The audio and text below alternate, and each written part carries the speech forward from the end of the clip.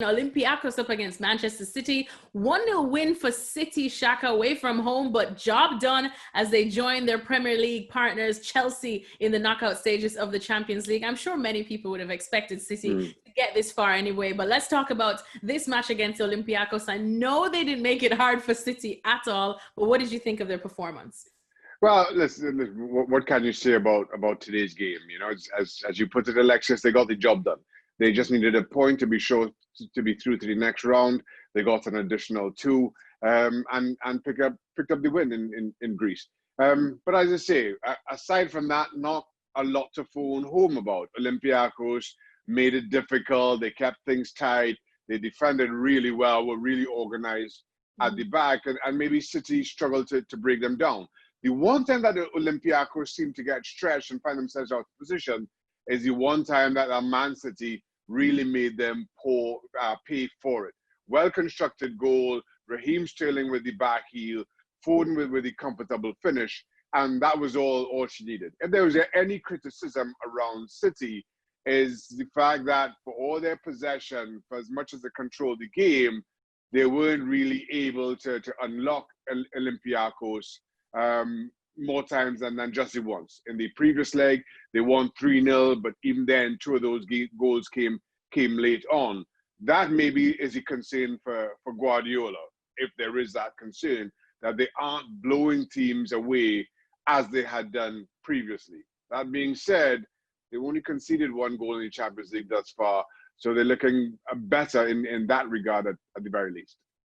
I suppose that can be a little bit bittersweet, but we do know when it's Manchester City and you do look at those names in the attacking side and the firepower that they can possess, especially on this stage, which is where you'd expect Pep Guardiola to be giving it a little extra, knowing how much he wants it. He's gone as far to say he feels that this could be their year. Looking ahead to the knockout stages where you're expecting, the competition to get tougher for City, how much of a concern is this, and what does Guardiola do to, I guess, break this little voodoo going on? Yeah, well, listen, you're right. When you look at that team sheet, you expect City to be beating Olympiakos quite comfortably. And this, even without Kevin De Bruyne, who didn't feature today. And the silver lining on today's cloud is that Kun Aguero came off the bench and played the last 12 minutes. And that is a step in the right direction.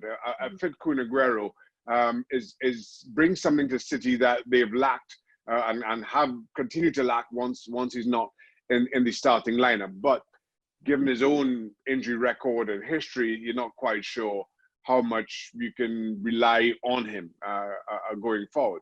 Gabriel Jesus continues to deputize, but in fairness to him, he's not Kun Aguero. But you do wonder, where the additional spark is going to come from against teams who approach like Olympiakos did today, in sitting back and not wanting to give up too much, hoping that they get the odd chance, which Olympiakos had a half chance late on with a poor clearance from Fernandinho late on, and all of a sudden Olympiakos had a chance. Not much of a chance, but they had a chance, and so many approach it that way, and that is going to be City's challenge. Well, they're through to the knockout round, maybe in the first round, but after that, you expect teams to come at them a little bit more. So maybe Lady Luck shines on them. Maybe things do come together because, as I mentioned before, they are looking a lot better defensively thus far anyway. So we'll see. But there's a big ask and all eyes on City, given the fact that they have failed in this competition so far. Pep Guardiola signing a new contract and all the speculation that continues to swirl around Manchester City. As much as this competition is important to them, they've won the league. They're kind of falling way behind so far. This team, all eyes for them. You expect to be on the Champions League. Well, you say City might be looking for that spark going forward, especially when they do come up against these teams that sit back and sit tight. Could that spark be Phil Foden? Because, of course, for some time now, a lot of people have been excited about the England youngster, yet wondering if he was going to live up to the expectations or get enough chances under Pep Guardiola. I feel like he might be in some of the best form of his young career that we've seen. What do you think? Without question, Phil Foden is looking the player and looking the part. And I think his coming of age, so to speak, is timely from a City perspective. I mentioned how well he linked up with Raheem Sterling for the goal today. Gundogan, for me, spent a lot of the day kind of arguing with officials and seemed a little bit frustrated and feisty at times.